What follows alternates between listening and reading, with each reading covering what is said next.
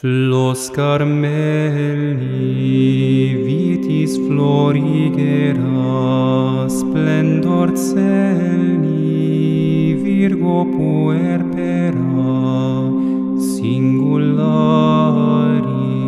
Mater mitis et virines Carmelitis esto propitia. Topo pour aider les mamans à poser le cadre en fait de leur éducation dès les premiers âges, voilà, pour pouvoir démarrer l'éducation sur de bons rails. Voilà. Avant de commencer, je voudrais vous développer un tout petit peu la magnificence de la mission de mère de famille. Voilà, vous élevez des enfants, nous élevons des enfants. Élever, c'est faire monter quelqu'un, et c'est le faire monter vers Dieu. Voilà, c'est le faire monter vers ce qu'il y a de plus beau, c'est-à-dire sa destinée éternelle. Et il faut bien dire, nous préparons la place que nos enfants auront au ciel. Vous formez des êtres humains. Ah oui, quand on pense à un professeur, même un professeur d'université, Sciences Po, j'en sais rien, central, il remplit des cases avec des connaissances spécialisées. Nous remplissons des cases, mais surtout nous formons les cases. C'est former, quand on fait un tout petit peu de philosophie, former, c'est contribuer à l'être de la chose. Vous voyez, imaginez, je vous dis, pensez à du bois et de la sève. Ça vous dit rien, mais maintenant je vous dis, pensez à un arbre, ça a une forme, parce que ce bois et cette sève sont destinés à constituer un arbre. Retirez à l'arbre sa forme, vous le dénaturez. Retirez à un enfant sa forme, vous le dénaturez. Donc former un enfant, c'est sculpter son âme, c'est sculpter son intelligence, sa volonté, c'est former un caractère, une personnalité. Vous voyez, je lisais il y a peu l'art d'être maman que Monseigneur Rosier a écrit. Il était directeur général de l'œuvre d'adoption. Il écrivait « Michel-Ange amena son marbre de l'état de pierre brute à l'état de statue.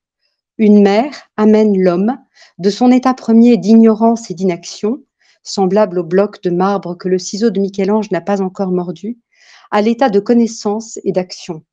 Si du nouveau-né, vous savez former un homme, vous aurez réalisé un chef-d'œuvre incomparablement plus grand que celui de Michel-Ange. » Voilà, ça nous dit la beauté, hein, surtout quand dans les moments on est un peu fatigué, on a beaucoup d'enfants sur le dos, beaucoup de choses, ça nous rappelle la beauté de l'œuvre que nous réalisons. Voilà. Et former un enfant, en fait, a pour but de former un adulte sain, droit, responsable, fort dans sa volonté. Quand vous formez un adulte, vous changez une partie de la société. Vous la changez par le rayonnement qu'il aura, naturel, surnaturel. S'il a une fonction un petit peu à responsabilité, par l'influence qu'il aura. Et puis, par ses propres enfants, ses petits-enfants, vos arrière-petits-enfants. Bref, vous êtes à l'origine d'une sorte de lignée catholique qui irradiera la terre. Et ce n'est pas de l'orgueil. C'est simplement prendre la mesure des choses, si vous voulez. Il y a un adage de personnes âgées qui disaient « nos actes nous suivent ».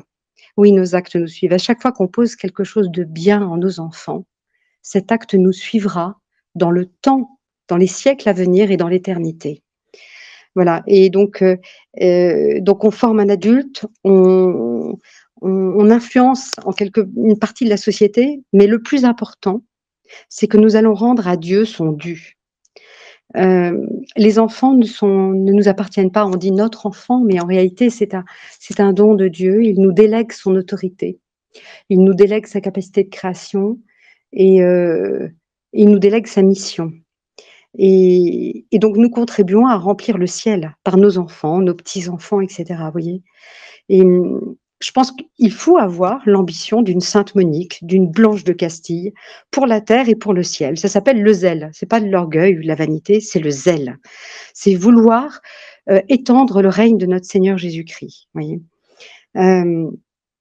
Un père disait qu'au jour du jugement suprême, saint Paul verrait défiler devant lui des armées de peuples conquis par lui, louant son zèle et sa charité. Eh bien, il faut espérer qu'il en soit de même pour nous. Voilà, et nous-mêmes, nous ferons partie de ces armées qui loueront d'autres mères de famille ou d'autres grands-mères qui ont prié pour nous. Vous voyez? Voilà, donc il ne faut jamais oublier cet adage. La mère se sauve par les fils. Alors c'est un terme générique, les fils, c'est-à-dire par ses enfants. Une mère qui remplit le ciel se sauve. Voilà, donc pour arriver à des choses plus concrètes, je vous propose en fait un certain nombre de quelques développements. D'abord, et puis en progressant en quelque sorte avec l'âge de l'enfant. Dans le petit âge, ce sont les besoins vitaux qui sont primordiaux. Manger, dormir, etc. Donc, je vais faire un développement aujourd'hui, principalement sur le sommeil. Vous allez être surprise, mais je pense que ça a une importance capitale. Ensuite, il faut poser le cadre naturel de l'enfant. Et là, il va y avoir deux développements qui me semblent très, très importants. D'abord, c'est notre responsabilité. Nous avons charge d'âme.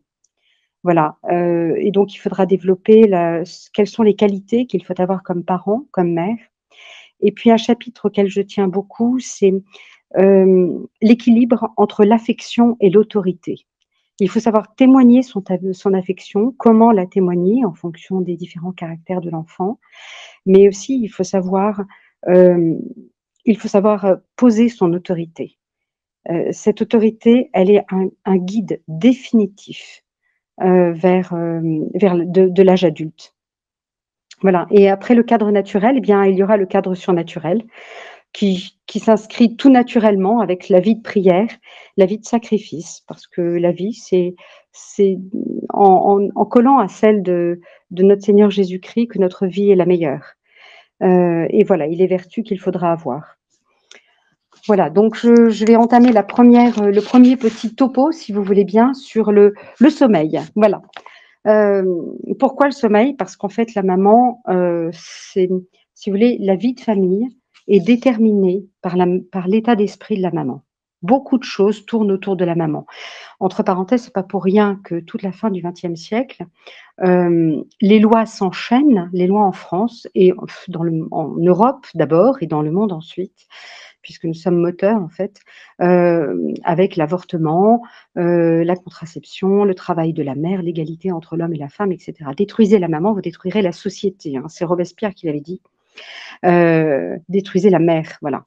Vous détruirez la société parce qu'elle est l'ancrage de la société. Elle a empêché la Troisième République de s'installer facilement. Les parlementaires le disaient. Enfin, on ne va pas s'étendre, mais si vous voulez, il y a un impact incroyable de la mère dans la société. Voilà.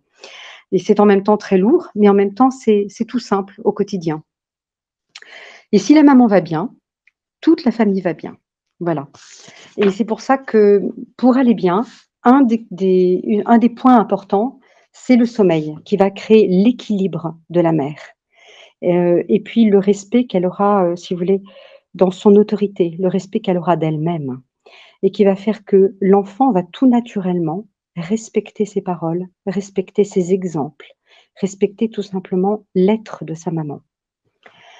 Voilà. Alors bien sûr, l'importance du sommeil, c'est l'importance des horaires.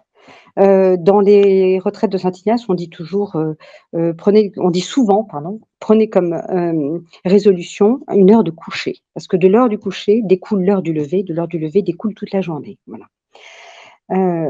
Et alors, à Nantes, il y a le centre d'investigation du sommeil, et j'ai fait des recherches un petit peu sur l'université de Québec, où il y a un centre de recherche sur le sommeil aussi.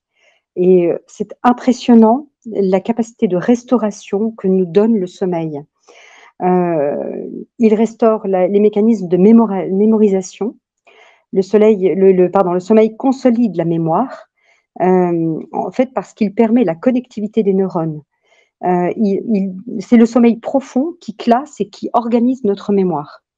Je ne sais pas quels sont les âges de vos enfants, mais un enfant qui a lu sa leçon en rentrant de classe, qui la relit après la prière du soir, le lendemain matin, il la sait.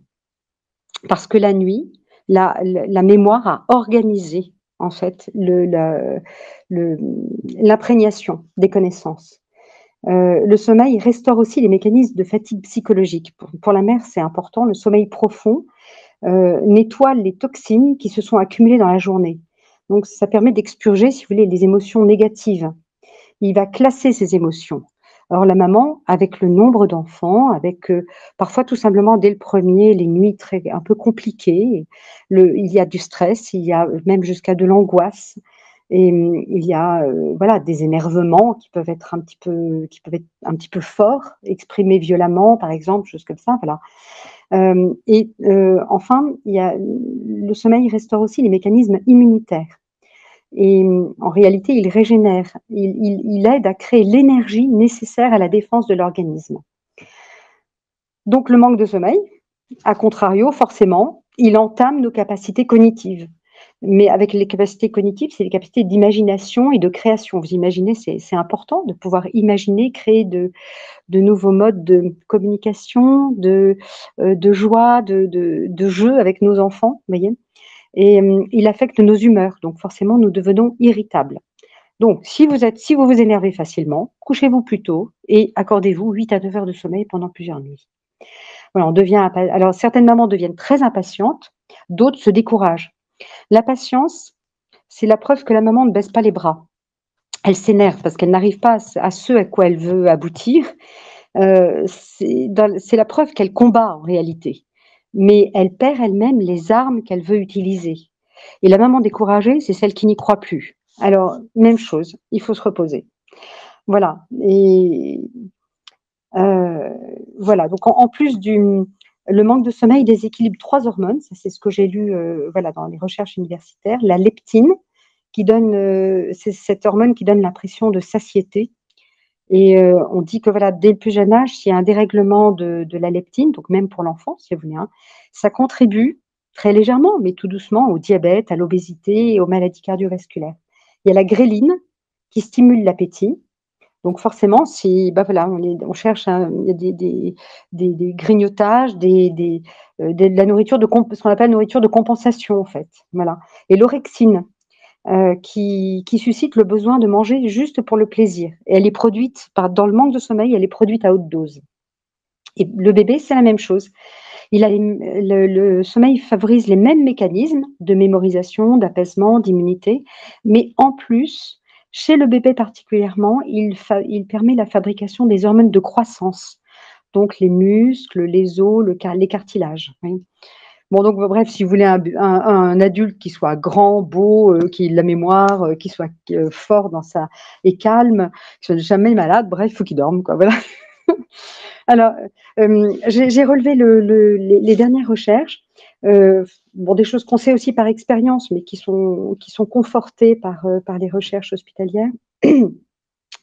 Le nourrisson de 4 à 12 mois a besoin de 12 à 16 heures de sommeil. Le tout petit de 1 à 2 ans a besoin de 11 à 14 heures de sommeil. L'enfant de 3 à 5 ans a besoin de 10 à 13 heures de sommeil.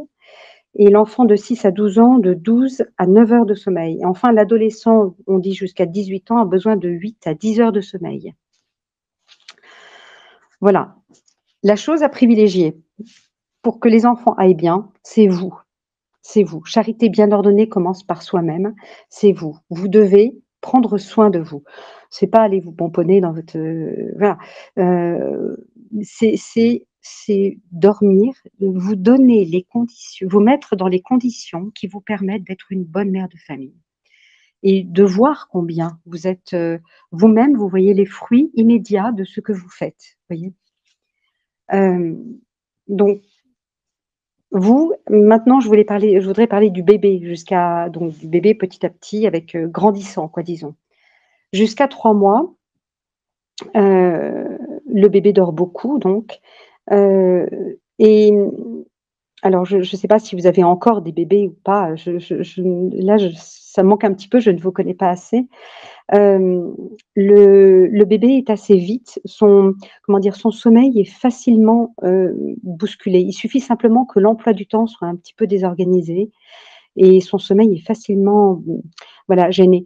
Il y a quelque chose que j'ai constaté au fil des ans, c'est lorsqu'il y a un petit bouleversement dans l'emploi du temps, le bébé peut mettre 2-3 jours à encaisser ce bouleversement. Ça veut dire que pendant 2-3 jours, il va pleurer. Ça veut dire 2-3 nuits aussi, hein, voilà. Mmh, voilà, et quelquefois le retour à la maison, on rentre de l'hôpital, de la clinique, voilà, sauf si on a eu son bébé chez soi, c'est une chose, voilà. Heu, voilà, il faut alors des choses toutes simples que que que je vous conseille donc, c'est, favoriser un environnement stable pour le bébé. C'est-à-dire que vous lui attribuez un coin, une chambre si c'est possible. Sinon au début, bon bien sûr, on l'a parfois dans sa propre chambre, mais voilà. Mais toujours la même chambre, toujours le même berceau, voyez? Pour marquer des automatismes. Les automatismes du coucher aussi. Quand vous le couchez, voilà, un petit peu les mêmes mots si vous voulez, tout simplement, la même intonation. Hem, vous l'intonation, c'est quelque chose d'important. Vous devez prendre sur vous. Quand on est mère de famille, on doit tout le temps prendre sur soi. C'est probablement la gymnastique la plus difficile, au quotidien, parce que c'est minute après minute et donc vous devez déjà exercer une certaine autorité sur l'enfant. Cette autorité, c'est pas un ordre du tout. C'est tout simplement que, heu, vous lui transmettez votre sérénité. Vous lui transmettez votre assurance quand vous lui parlez. C'est-à-dire donc vous allez dire: «Je vais te coucher, tu vas dormir». Vous lui assurez qu'il va dormir, vous voyez? C'est vous, vous le rassurez en même temps, en lui disant que vous allez le coucher pour qu'il dorme et qu'il passera une bonne nuit, voilà. Vous pouvez monter un petit peu la température de la chambre. On dit qu'on attrape froid par la tête, ça s'oublie, ça se disait, début du XXe siècle, ça se dit plus, donc un petit bonnet en coton, par exemple, vous voyez des choses toutes bêtes. On peut langer son bébé. Il y a des vidéos sur internet pour savoir langer son bébé. Heu, Ces vidéos, elles vous montrent des aspects très pratiques, si vous voulez. Hem, le bébé, au début et assez longtemps, en fait, hein, même, je trouve, il a le réflexe de Moro, vous savez, après la naissance, c'est-à-dire qu'il écarte les bras, il a l'impression qu'il va tomber et hop, il se met à pleurer. Voilà. Ça, c'est un enfant qui est pas bien calé, si vous voulez. Alors, la tendance maintenant, c'est de mettre les bébés sur le dos. Heu, Moi, je les mettais plutôt sur le côté et je roulais une ancienne, les anciens langes bien chauds, en coton chaud ou en coton laine dans le dos. Voilà, et il était calé et je bordais mon bébé et il était rassuré. Dans le ventre de la maman, il est serré. Et donc dans le lit, quand, la couverture, le drap, la couette maintenant appuie sur le côté de l'enfant, sur le corps de l'enfant, il se sent tenu, il n'est pas perdu, vous voyez? Il faut que le mais il faut pas le mettre dans un grand lit, il faut le mettre dans un petit endroit où il est serré, il est coincé un petit peu, vous voyez? Voilà, et alors pourquoi langer? Hem Il y a une philosophie derrière le lange. C'est surprenant, mais ou comme, derrière le non-lange. Si vous voulez, on va de plus en plus vers la liberté des enfants. Vous poussez un petit peu, l'enfant doit faire ses expériences, vous poussez un petit peu le raisonnement, c'est la on admire l'enfant petit génie qui à 4 ans sait répondre à sait poser des questions d'une intelligence, d'adulte et cetera, voilà. Heu, L'enfant, il est pas fait pour être surintelligent, c'est pas ce qu'on attend de lui. On attend de lui qu'il soit un être, au tout début, un être équilibré, qu'il ait une satiété d'affection et qu'il ait que son comment dire? Qu'il s'épanouisse dans un équilibre, qu'il y ait un équilibre dans lequel il pourra ensuite, ça c'est ce qu'on appelle un peu former les cases du cerveau dans lesquelles ensuite il viendra remplir, par des données, l'intelligence, voilà. Mais nous, dans le tout petit âge, nous formons simplement ces cases et et l'environnement stable favorise énormément la stabilité future de l'adulte. Donc langer l'enfant, c'est donc le maintenir dans une position, où il n'a pas une totale liberté et d'abord ça le rassure, et puis ça lui apprend que, heu, l'adulte lui donne sa place. Vous voyez? C'est tout à fait, ça paraît surprenant ce que je vous dis. C'est tout à fait inconscient, bien sûr, mais voilà, il n'est pas là pour être libre. Il est là pour, il est là pour être, rassuré, guidé. Voilà. Et alors il ne faut pas non plus trop serrer, paraît-il, le lange. Moi, je le serrais peut-être davantage que ce qui est expliqué maintenant, voilà. Mais vous tenez, il y a des 2 comment dire? Posi 2 idées, voilà, il y en a qui pensent qu'il faut que les bras soient libres, d'autres que les bras soient serrés. Moi, je pense qu'il faut que les bras soient tenus, voilà. Il faut apprendre à l'enfant, qu'il peut se rassurer en étant tenu par ses parents, tenu par le lange, voilà.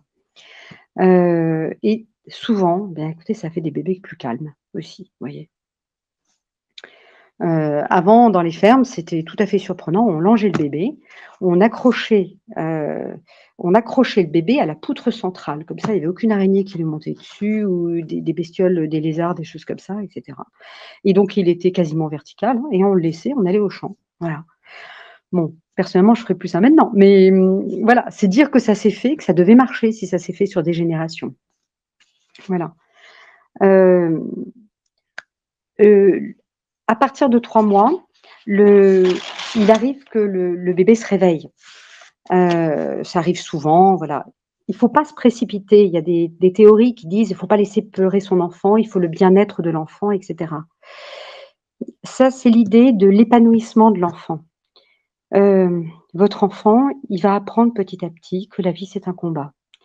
Alors, il a ce tout petit combat, il a froid, quand il est tout petit, il a faim. C'est déjà un immense combat pour lui, vous voyez? Et il faut, l'idée d'une maman, ça ne doit pas ce ne doit pas être l'idée d'une maman catholique. Ce ne doit pas être, vous savez, l'éducation bienveillante. C'est-à-dire l'enfant doit être heureux tout le temps. Mais non, parce que vous allez contrarier votre enfant. Pour, heu, pour faire un bel arbre, il faut l'émonder, il faut le tailler. Eh bien, vous allez le contrarier à certains moments. Vous allez lui dire: «Non, tu ne peux pas faire ça». Voilà. Et et bien donc quand le tout petit bébé de 3 mois pleure, je pense qu'il ne faut pas se précipiter pour aller le il faut d'abord écouter ses pleurs. Vous avez différentes pleurs, vous avez les pleurs, il est un petit peu gêné, il a un petit rien qui le gêne et cetera. Il va pleurer pendant, 20 secondes et puis il se rendort. Bah, faut le laisser se rendormir, faut pas aller l'embêter. Voilà. Et puis s'il commence à pleurer, davantage, hem, voilà, on peut essayer, on se rapproche de lui. Déjà, quand on s'approche, il entend qu'on s'approche. Ce pas, si il s'arrête et qu'il vous écoute un bon moment, c'est qu'il vous appelait, en fait. Il a besoin simplement d'être rassuré. Ça s'entend, vous voyez? Hem Et quelquefois, bah, il se remet à pleurer et cetera. Alors avant de lui parler, il y a plusieurs étapes, tout doucement en fait. Vous lui posez votre main, vous posez votre main sur lui et vous faites peser un peu votre main et il va sentir votre présence. Il la connaît, il connaît votre odeur, il voilà, il va sentir cette présence et ça peut le calmer, ça peut être un stade pour le calmer. Certains bébés sont plus sensibles à la caresse. La caresse, c'est très apaisant. Voilà. Alors une petite parenthèse quand même, dans les maternités, on fait beaucoup de massages. On est beaucoup, massage, massage. Alors le massage, comment dire? À but thérapeutique, c'est très bien, hein. Vous avez des massages, sur le ventre de droite à gauche, je crois plutôt sur la partie gauche du ventre qui permettent, à l'enfant, l'évacuation, vous voyez, du tube digestif. Donc tout doucement, voilà, ça peut aider l'enfant. Et puis vous avez ces palpations, ces massages de bien-être et cetera. Je ne suis pas sûre que ce soit bien. Je m'y suis toujours opposée pour mes enfants, parce que ça développe énormément la sensualité. Et je pense il y a des petites délicatesses, des petites discrétions qu'il faut avoir.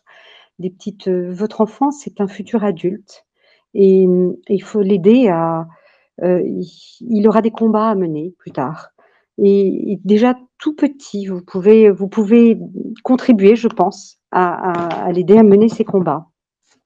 Voilà, donc si vous lui faites des caresses sur le front, sur la tête, vous voyez? Ou bien sur les épaules, voilà. Mais ce sont des caresses j'ai envie de dire, de possession en quelque sorte, vous voyez? C'est-à-dire de dire: «Je suis là, je veille sur toi». Voilà. Quelque chose qui va être très important, c'est votre langage. J'en ai dit un tout petit mot. Ça f Je pense que ça fait partie des grands secrets. Je vous donnerai quelques enfin grands, je vous donnerai une série de petits secrets comme ça, que j'ai lus, que j'ai pratiqués, que j'ai le fait de rester calme. Votre calme, comment vous dire? Pénétrera, enfin va influencer vos enfants. Le tout petit bébé, mais le grand après, hein. La véritable autorité reste toujours calme. Donc je dois vous paraître parler je dois paraître, je dois sembler paraître, très autoritaire et cetera, mais c'est simplement qu'on doit notre but, c'est de canaliser, de guider l'enfant, vous voyez? Pour que petit à petit, il puisse prendre après son indépendance.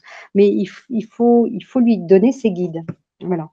On voit beaucoup d'adultes qui manquent d'équilibre et je pense que c'est lié, à ces petites années à ces premières années, vous voyez?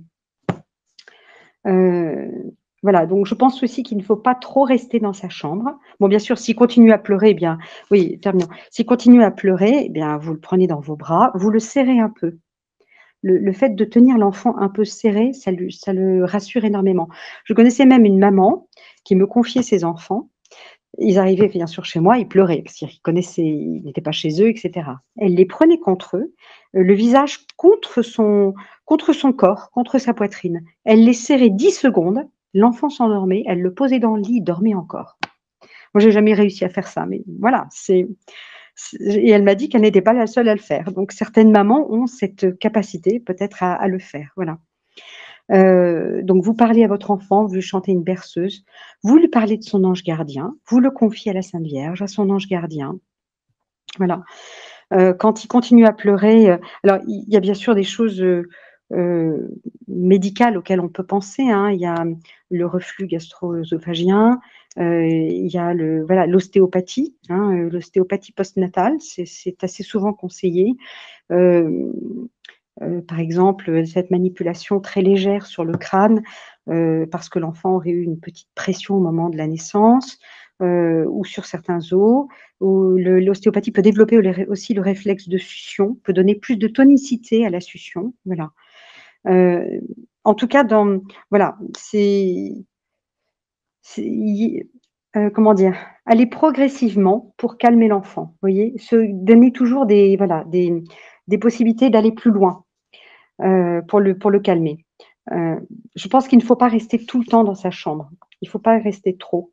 Tout petit, effectivement, on cherche souvent à endormir l'enfant avant de le poser, mais dès qu'il grandit, quand il a passé 3 mois, il faut accepter de le poser alors qu'il ne dort pas, de le poser dans son lit alors qu'il ne dort pas, vous voyez?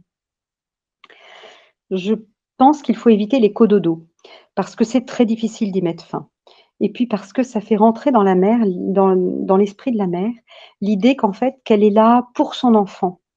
Bien sûr qu'elle est là pour son enfant, mais elle est là pour le tirer, pour le faire grandir, pour, heu, pour son bien, mais son bien supérieur. Voilà et donc elle n'est pas la femme de chambre, la servante de son enfant, vous voyez? D'ailleurs, souvent ça ne tient pas. On voit les mamans toutes ces mamans qui font du cododo, le bébé devient de plus en plus exigeant, elle craque. Voilà, c'est rarement enfin, moi je ne connais pas beaucoup de cas où le cododo est réussi, hein, voilà. Et puis alors il y a aussi toute cette tendance de dire: «On donne à volonté», nourrir l'enfant à volonté. Je ne suis pas certaine. Moi, je l'ai fait pour un de mes enfants, ça a pris, et je vois autour de moi, ça les mamans sont fatiguées. Heu, voilà, tout doucement, c'est pas toujours facile, hein, mais tout doucement, amener les bébés à avoir des tétées plus régulières ou des biberons plus réguliers. Pour ça, il faut que la tétée soit active. Il faut se dire que la tétée, elle doit durer, pour un enfant qui est un peu lent ou bien qui fait des caprices et cetera, maximum une demi-heure. Donc vous activez la tétée du bébé. C'est-à-dire qu'il pleure un peu, vous savez que c'est son heure, vous le laissez un tout petit peu pleurer quand même, vous voyez? Pour être sûr que c'est ça et donc vous prenez votre bébé, un bébé en bonne santé, il est vorace, hein. Il se jette sur le biberon, sur le sein de sa mère, il est un peu vorace et donc il faut voilà, il faut que ça reste actif. Il faut pas, on le change pas, pendant 10 minutes en lui parlant au milieu de la tétée. La tétée, c'est comme le repas, on ne traîne pas. Voilà.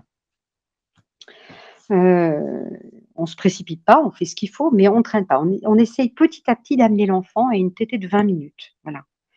Et puis pour la maman d'ailleurs, souvent, enfin, quand on nourrit soi-même son enfant, c'est mieux, ça évite beaucoup de petites choses que vous connaissez, voilà. Alors j'ai vu aussi des mamans, ça c'est la fatigue et l'énervement, qui pour, calmer leur enfant le secouaient. Heu, quand votre enfant sent que vous êtes énervé, vous pouvez toujours le secouer, hein, il s'endormira pas. Voilà. Ou il mettra beaucoup plus de temps à s'endormir. Donc c'est toujours retour à ce secret, restez calme. Reprenez votre calme, hein, quitte à vous poser votre enfant 1 minute, vous allez marcher, vous faites un petit tour et vous revenez et vous le reprenez et vous voilà, vous avez repris votre calme, voyez? Voilà, la fin des 3 mois, c'est souvent le moment, où la maman a un petit coup de blues. Soit qu'elle est fatiguée parce que le rythme a été, terrible. C'est un rythme, voilà, qui n'est pas le sien, elle manque de sommeil, puis elle a les pleurs de son bébé dans la tête, voilà et puis il y a beaucoup de choses. Il y a le bébé quelquefois, c'est le dernier et avant il y en a d'autres dont il faut s'occuper donc voilà. C'est, et puis il faut bien dire, elle a besoin de prendre l'air, elle a besoin de sortir. Dans ces moments-là, il faut s'organiser pour sortir un petit peu. Oui, mais il faut pas emmener son bébé. Il faut pas changer le rythme de son bébé. Je ne pense pas que ce soit une bonne chose d'emmener son enfant, dans les magasins avec soi, pour le coller tout le temps avec soi et tout ça, vous voyez? Je Nous n'entendons plus parce qu'on a l'habitude, mais l'enfant perçoit tellement de bruits, de choses qui sont agressives pour lui, vous voyez? Et il perçoit des choses, voilà et même chose, quelquefois, quand le bébé est petit, on en a pour 2-3 jours pour retrouver le calme, 2-3 nuits, voilà. J'ai même vu une fois, la maman avait regardé un film un peu stressant le soir, eh bien les 2 nuits qui ont suivi ont été terribles. Voilà, parce que le bébé, c'est une éponge, il perçoit le stress de la maman, vous voyez? Donc on veille sur soi, c'est voilà. De 3 à 6 mois, l'enfant fait encore 3 siestes et c'est important.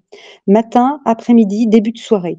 Le début de soirée de 18 à 19 heures, même s'il ne dort pas, mettez-le dans des conditions qui permettent qu'il se repose, vous voyez? S'il y a les autres enfants, bah, c'est la voilà, hein, ce sont des rires, des jeux et cetera et c'est très bien, voilà. Mettez-le un petit peu de côté, essayez de lui voilà, de le mettre en condition pour qu'il puisse se reposer. Souvent, il pleure à cette heure-là. C'est une heure, normale, parce qu'on dit, j'avais lu il y a longtemps qu'en fait, c'était l'heure de la déprime. En fait, c'est au moment où le soleil, se couche, si vous voulez, il y a toujours une petite déprime. Quand on est, les grands dépressifs, c'est à ce moment-là qu'ils vont pas bien. Heu, voilà, il y a un petit creux. Je ne sais pas, c'est lié à la pression atmosphérique apparemment, mais je ne sais pas pourquoi c'est comme ça, voilà. À partir de 6 mois, le petit enfant fait 2 siestes, qui peuvent durer de 20 minutes à 3 heures et on ne couche pas son enfant avec son bébé avec son biberon, hein. Rien dans le lit. Au début, rien dans le lit. Jusqu'à 1 an parce voilà, il n'y a pas besoin. Le bébé, il va chercher ses doigts, et ce sera mieux qu'il tette ses doigts, vous voyez?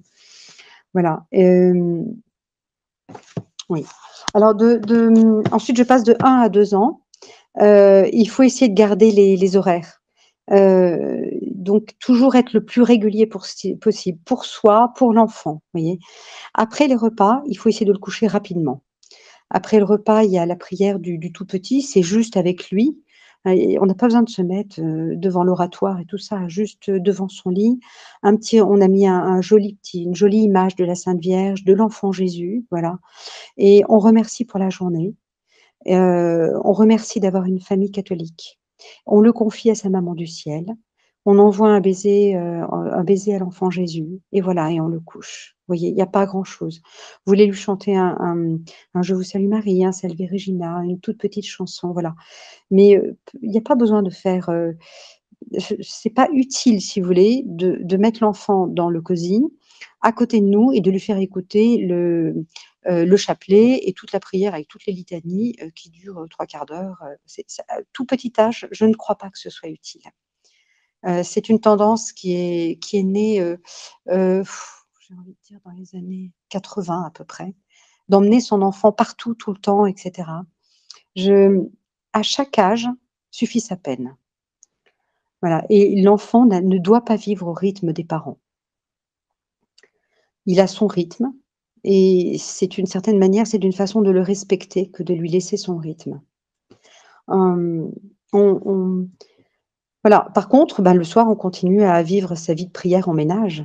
Voilà, c'est, heu je ne veux pas du tout me donner en exemple, mais c'était une façon on nous avait conseillé, par exemple, s'il y a des enfants, vous voyez, un petit peu plus grands, parce qu'il faut serrer un petit peu le bébé et les petits-enfants, et les enfants de jusqu'à 6 ans et ça, on peut faire la prière avec les enfants, courte, j'y reviendrai et ensuite, après le coup, quand les parents sont amenés à se coucher, bah, ils font la prière tous les 2. Ils terminent leur prière tous les 2. Avant, souvent, on mettait des prie-dieux au pied du lit. Le crucifix en tête de lit et le prie-dieu au pied du lit. Voilà, c'est une chose qui peut peut-être vous aider. Heu, voilà, si on ne récite pas trop tard le chapelet, on peut laisser le plus grand enfant, un peu plus grand, voilà, ou le laisser dans son parc à la limite, mais seulement s'il ne fait pas de bruit, vous voyez? Heu, j'ai envie de dire l'enfant, il doit apprendre à respecter la prière. Il faut que dans la prière, c'est pas le fait que l'enfant suive bien la prière qui est important au début. Dans la prière, ce qui est important, quand l'enfant est là, c'est qu'il réalise qu'il est devant un être immense, important et qu'il doit respecter cette prière, qu'il doit respecter cet être. Dieu passe avant lui. On ne dérange pas le bon Dieu, on respecte le bon Dieu.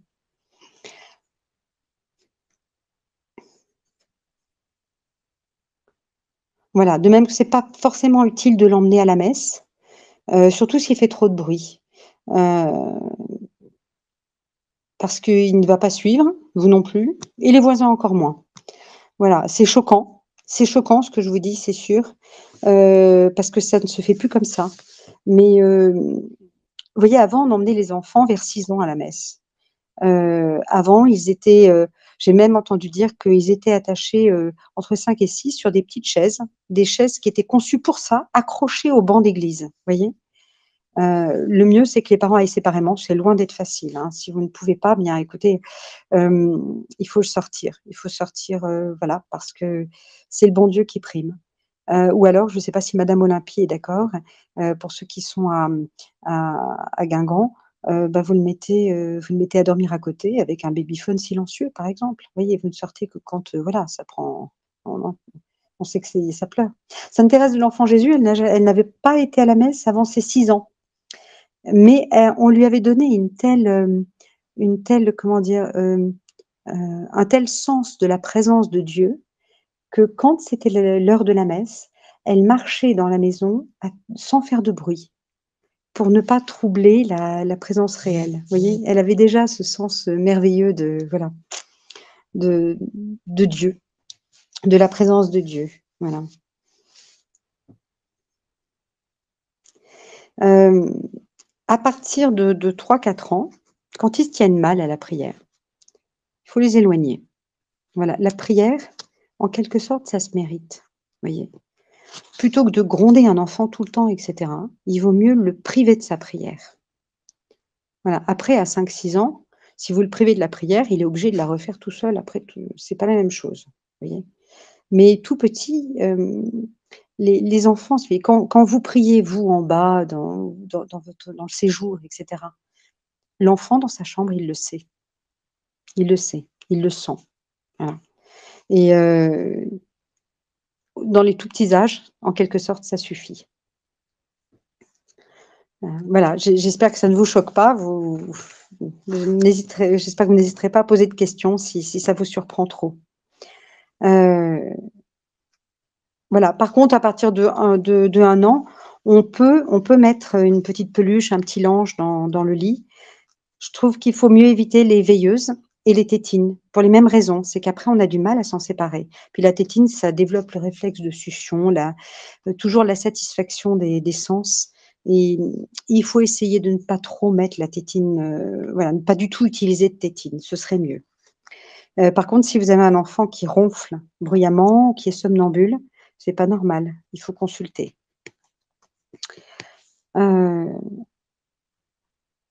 voilà, si vous êtes amené à vous absenter, eh bien, vous n'êtes pas obligé d'expliquer à l'enfant ce que vous faites. Il faut qu'il vous fasse confiance, c'est tout. Vous lui dites ce que vous avez à lui dire, mais pas tout. Donc vous couchez vos enfants vous-même, surtout les premières fois, par exemple, si vous avez, le soir, vous vous absentez, il y a quelqu'un qui vient, un jeune, par exemple, qui vient garder les enfants, vous leur faites un gros câlin, voilà, vous les couchez et voilà, vous leur dites que, il y a quelqu'un il y a quelqu'un qui est là dans la maison avec qui vous parlez et cetera. Vous n'êtes pas obligé de leur dire au début que vous partez, vous voyez? Parce que les enfants ne sont pas aptes à comment dire? À faire face à certaines informations tout de suite. Vous leur mentez pas, mais vous ne leur dites pas tout. Voilà, puis pour le sommeil, une des choses importantes, c'est qu'à partir de 15:00, il y a plus de boissons énergisantes, hein, plus de jus de fruits, de choses comme ça, voilà, ou au moins à partir de 16:00 en tout cas. Mmh. Et le soir dans les repas, eh bien, il faut privilégier les sucres lents et plutôt les fruits cuits. Voilà, pour les petits enfants. À 5 ans, il faut maintenir la sieste obligatoire. Il est faux de penser que, la nuit sera meilleure si on fait sauter sa sieste à l'enfant. J'ai cherché un petit peu justement et en fait un pédiatre spécialiste du sommeil disait que la sieste aide au sommeil de nuit. Certains font 2 siestes encore, hein, même à l'âge de 5 ans, mais il faut les laisser faire 2 siestes. Quand ils se frottent les yeux et cetera, vous les allongez. Ils sont pas d'accord, bien sûr, parce qu'à cet âge-là, l'enfant ronchonne, là, il n'a pas envie de se coucher. C'est pas grave, voilà. Heu, Moi, je vais vous choquer, mais j'attachais mon enfant au lit. C'est-à-dire qu'il y avait la turbulette, j'attachais la turbulette au matelas. L'enfant, ça le choque pas du tout, hein. Un jour, j'ai retrouvé un de mes garçons, il était en train de jouer au Playmobil de son frère dans la chambre, tranquillement, hein, quand je l'ai trouvé à la fin de la sieste. Il avait fait aucun bruit. Il avait le matelas dans le dos, ça lui posait aucun problème. Bon, bah, j'ai attaché la turbulette au sommier. Voilà.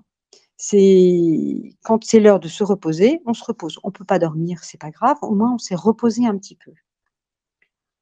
Ouais et la maman, si elle a pas réussi à avoir une nuit complète, eh bien il faut se reposer aussi un petit peu. Il y a des techniques de repos, on s'allonge, 10 minutes sur le dos, les avant-bras sur les yeux, en relevant un petit peu les jambes et on respire par le ventre, lentement et profondément. Et il y a je sais pas, un déclic qui s'opère, et on récupère du temps de sommeil. Voilà, donc c'est sûr qu'à 5 ans, l'enfant, il va renâcler pour se coucher. Mais vous ne lâchez pas. Il ne faut pas lâcher. Voilà, gentiment, sans se mettre en colère et cetera, mais c'est ainsi et surtout, alors, c'est aussi un petit secret, les petits âges jusqu'à 6 ans, vous ne vous justifiez jamais à l'enfant. Vous ne lui expliquez pas, vous ne négociez pas.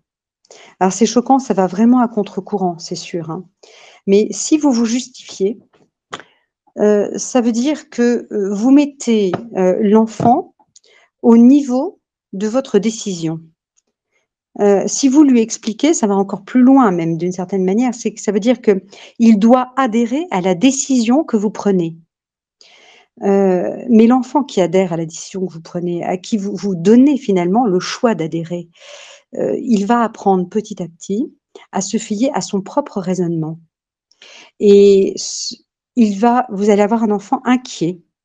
Tout le temps inquiet, non seulement un petit raisonneur, si vous voulez, une petite insolente, et cetera, mais vous aurez un enfant inquiet parce qu'en fait, il sait très bien qu'il ne veut pas se fier à lui. Il sait très bien qu'il ne connaît pas les choses inconsciemment, il voit bien et et ce sera un enfant difficile. Voilà et donc il ne faut pas expliquer les choses. Il faut tout simplement lui dire: par exemple pour la sieste, «Tu dois te coucher parce que c'est bon pour toi». Et puis parce que papa l'a dit, alors surtout veillez bien à ce que la mère soit le canal de l'autorité paternelle. Voilà, papa l'a dit, donc c'est bien. Et alors peut-être que vous pouvez entendre quand il dit que voilà, vous voyez bien qu'il dort moins, vous raccourcissez la sieste. Mais si vous la raccourcissez, ce n'est pas parce qu'il a négocié. À 5 ans, il négocie sa sieste. Maman, dans combien de temps tu me lèves, etc. etc. Non, on ne négocie pas. Vous dire, s'il vous dit, mais je veux dormir moins longtemps, etc., c'est trop long la sieste, vous en prenez acte, vous allez le lever un peu plus tôt. Mais vous n'allez pas lui dire, bon, bah, très bien, cette fois-ci, je t'accorderai une demi-heure parce que c'est trop long pour toi. Non, Non, il ne faut pas se justifier, voilà. Vous représentez, et ça j'en reparlerai après, ça me paraît très important, vous représentez l'autorité divine. Dieu vous a délégué son autorité pour ce petit être. Dieu ne se justifie pas. Voilà, et donc ça ne veut pas dire que vous vous posez des questions, vous allez vous demander avec votre mari, s'il faut faire telle ou telle chose ou si c'est bien ou pas, voilà. Mais ce n'est pas à l'enfant que vous allez demander son agrément. Voilà, 5 ans et même jusqu'à 12 ans, c'est l'âge des cauchemars, des terreurs nocturnes. D'où l'importance de faire parfois, dîner, les enfants séparément de nous. C'est-à-dire que, nous avons des discussions,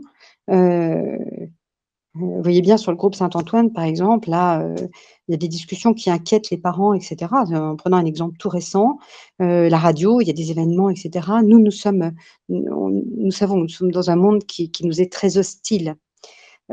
Pour construire un enfant, ce n'est pas ce qu'il, il faut le mettre à part de ça. Il faut le préserver.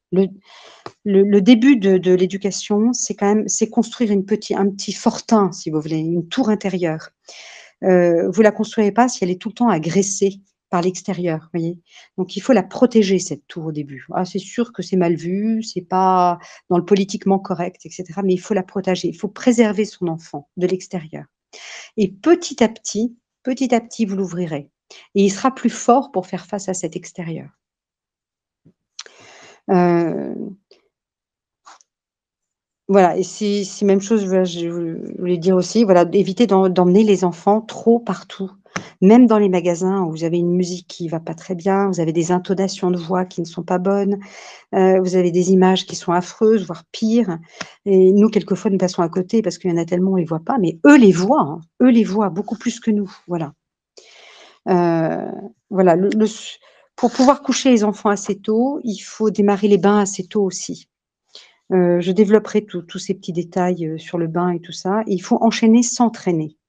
C'est-à-dire bain, dîner, petite prière, petite lecture du soir peut-être éventuellement, voilà, un petit peu plus grand, petit examen de conscience, mais voilà. Il faut enchaîner les choses.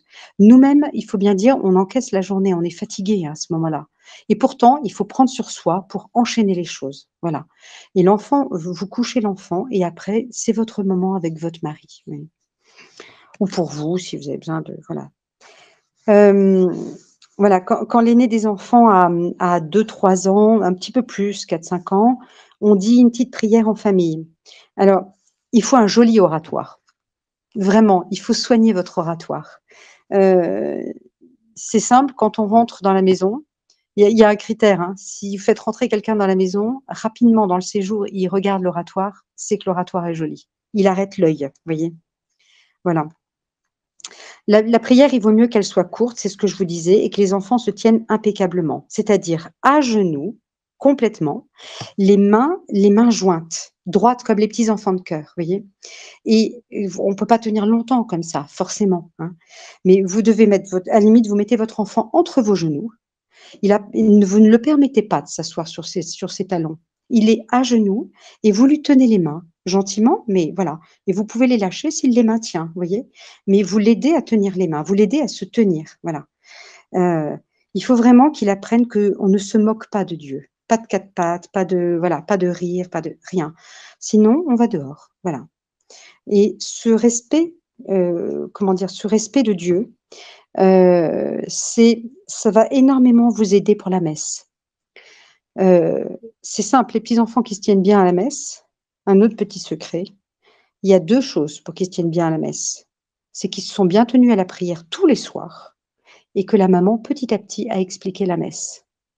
Voilà, et quand vous avez fait ces 2 choses, vous avez tenu un petit peu, l'enfant se tient bien à la messe, tout naturellement, vous voyez? Voilà. Bien sûr, il faut préparer. Quand vous avez un enfant qui est un petit peu remuant, difficile et cetera, vous voyez? Eh bien, n'hésitez pas à préparer votre enfant à la prière. C'est-à-dire, vous allez dire: «Nous allons dire la prière devant le bon Dieu». Alors devant le bon Dieu, on se tient très sagement. On est comme un petit ange qui adore le bon Dieu. Voilà, et puis à la fin de la prière, on le félicite parce qu'il s'est bien tenu. Voilà. donc j'arrive sur la fin. Moi, je pense qu'à partir de 4 ans, on peut commencer un petit examen de conscience.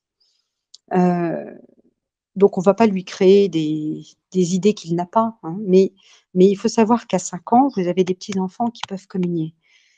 Quand on communie, Saint Pédis disait que ce sont les parents qui ont, comment dire, les grâces pour savoir si l'enfant est apte à faire sa première communion. Ça veut dire qu'à ce moment-là, il est apte à faire la différence entre le péché véniel et le péché grave, mortel. Vous imaginez, quand on en est à ce stade-là, à 5 ans, la conscience est déjà aiguisée.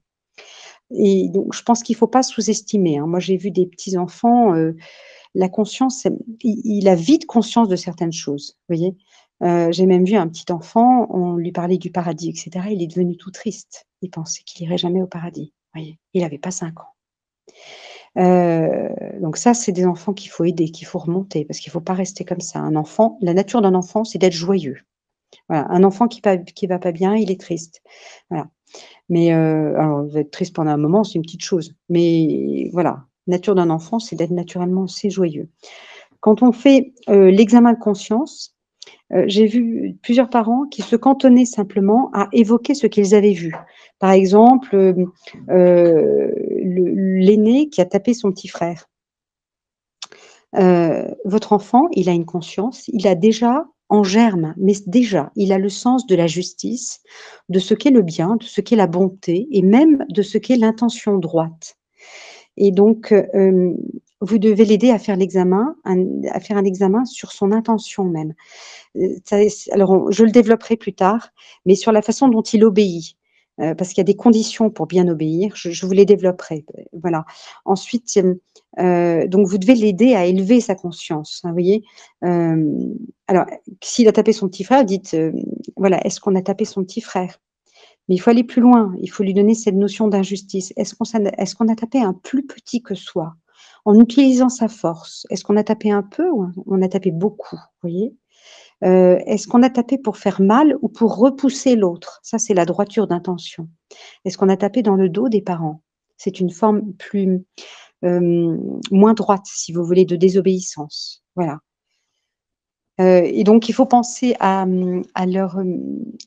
comment dire, vous regardez les grandes lignes, c'est-à-dire le mensonge. Il y a des petits-enfants, voilà, qui peuvent mentir. La justice, donc l'obéissance. Voilà, c'est les 3 choses importantes, me semble-t-il, dans les petits âges, sur lesquelles il faut développer un petit peu. Il faut amener l'enfant à avoir une intention de plus en plus droite, de plus en plus pure. Voilà, ils sont touchés par le péché originel, donc voilà.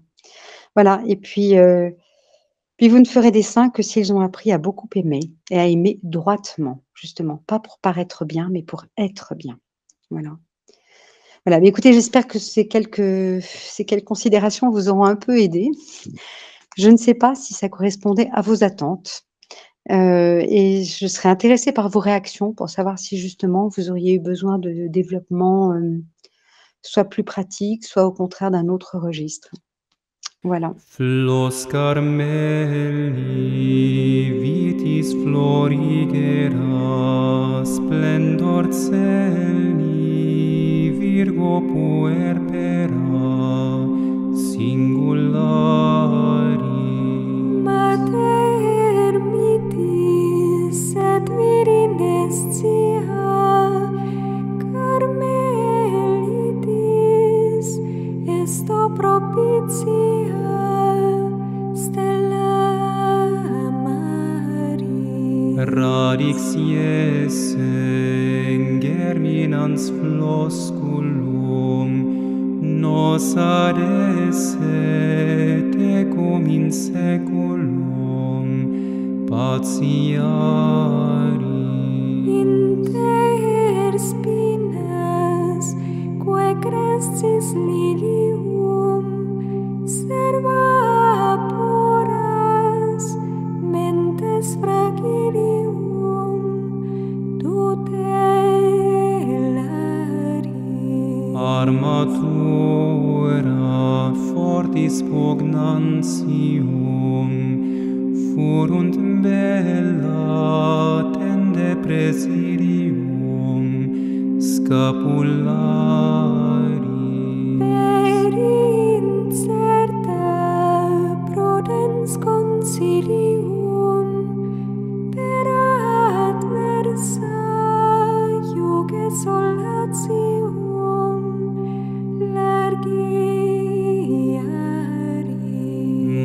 Mater dulcis Carmeli Domina, plebem tuam reple Laetitia, qua beata